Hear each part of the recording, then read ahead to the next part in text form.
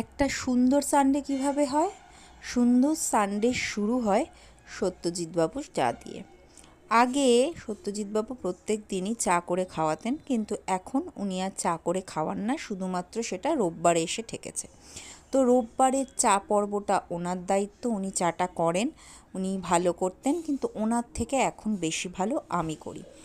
আর এখন দেখো, এই যে শীতের আমার সমস্ত বন্ধুরা, এরা এত সুন্দর ফুল হয়েছে না, দেখেই মনটা জাস্ট ভরে যাচ্ছিল, কি সুন্দর হয়েছে। আর এখানে যখন শীতের রোদটা এদের ওপর এসে পড়েছে, মনটা একদম প্রফুল্লিত হয়ে যাচ্ছে, একদম ভরা পুরা। কিছুদিন আগেই এদেরকে ট্রিম করা হয়েছে, তাই জন্য এরা এখন প্রচণ্ড খুশি।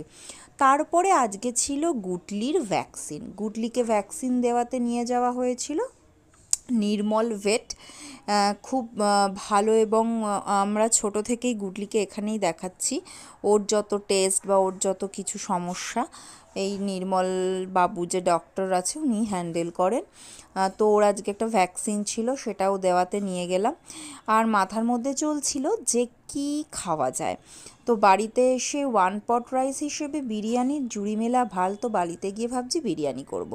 বাড়িতে চলে আসার পর এই ওশিয়ার ডিট্যান তেলটা, বডি অয়েলটার রিভিউ খুব ভালো শুনেছি, তো এটাও নিয়ে নিয়েছি, ইউজ করে জানাবো এটার কি ব্যাপার, কি কেমন লাগছে ইউজ করে।